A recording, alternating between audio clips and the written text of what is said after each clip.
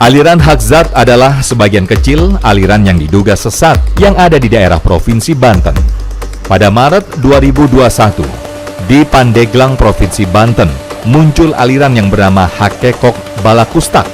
Di dunia ada nyata-nyatana, dengan kenselkamnya, hampurai kadurnya, sanyata-nyatana ngegelar ke alam dunia, aing saksina.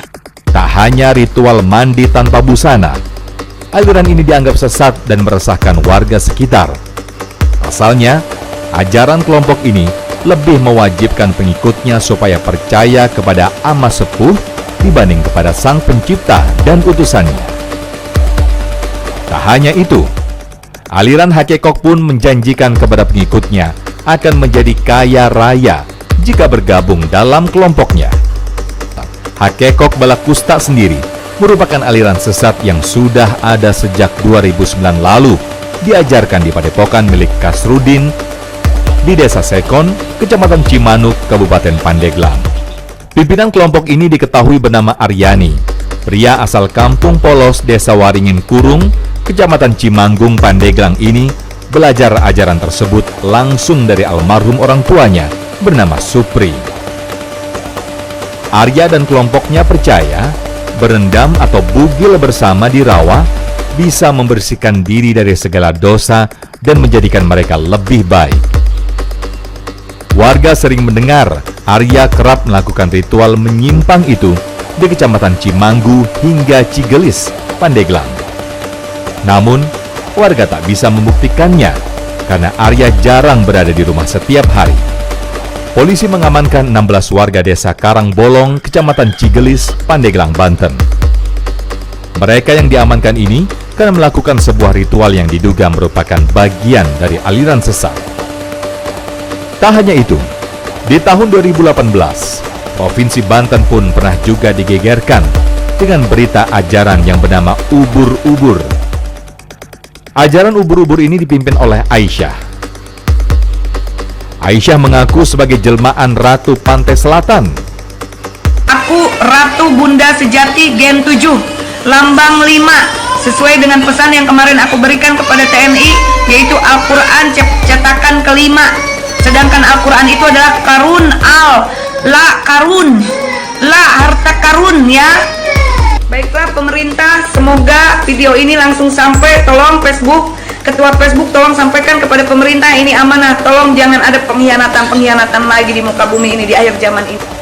Lokasi aliran ubur-ubur ini berada di wilayah Sayabulu, Kota Serang, Banten. Kebanyakan dari para pengikut kelompok aliran sesat ini yang mayoritas warga Jawa Timur dan Jawa Tengah. Aisyah pun kerap mengaku sebagai Ratu Kidul yang menganut agama Sunda Wiwitan yang mengakui Al-Quran dan Allah Subhanahu wa Ta'ala. Tak cukup sampai di situ. Dalam rekam jejaknya, Aisyah mengaku kalau Allah memiliki makam menyerupai petilasan.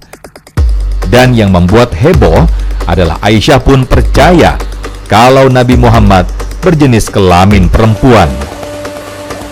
Ironisnya lagi, Aisyah juga yakin telah menerima amanah dari Ratu Kidul untuk mencairkan uang dari bank di luar negeri dan Indonesia. Amanah itu didapatkan dari hasil menggali Al-Quran dan wangsit. Berdiri sejak 2016, aliran sesat ini telah beranggotakan 12 orang yang tercatat dan aktif berada di dalam kerajaan itu yang berasal dari Jawa Tengah, Jawa Timur, Sumatera, dan Cilegon. Di dalam kerajaan ubur-ubur ini juga ditemukan struktur organisasi kerajaan di mana Aisyah sebagai Raja Ratu dan Nur Halim sebagai kepala suku yang bertugas melakukan ritual jamaah. Tak hanya mengaku sebagai jelmaan Ratu Pantai Selatan, Aisyah pun kerap menggelar ritual zikir sambil bernyanyi sepanjang malam. Ritual itu dilakukan secara rutin oleh kerajaan ubur-ubur setiap malam Jumat. Hal ini dilakukan guna membuka kunci harta karun Indonesia yang terpendam. Karena dianggap sesat, kala itu Aisyah ditahan selama 5 bulan hukuman penjara. Kini, kehidupan Aisyah tak diketahui lagi setelah bebas menjalani hukuman selama 5 bulan penjara. Sebab, rumah yang dijadikan sebagai kerajaan di lingkungan Sayabulu, Kota Serang, kini sudah kosong tanpa ada penghuninya. Banyaknya aliran sesat yang ada di wilayah ini bagi Ketua MUI Pandeglang dikarenakan kurangnya pendidikan dan pengetahuan agama.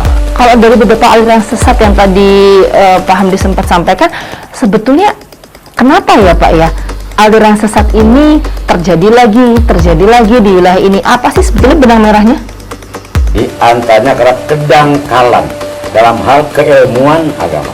Maaf, karena wilayah Pandeglang juga begitu luas, tetapi mereka merasa terisolir diri. Daerah terpencil begitu ya.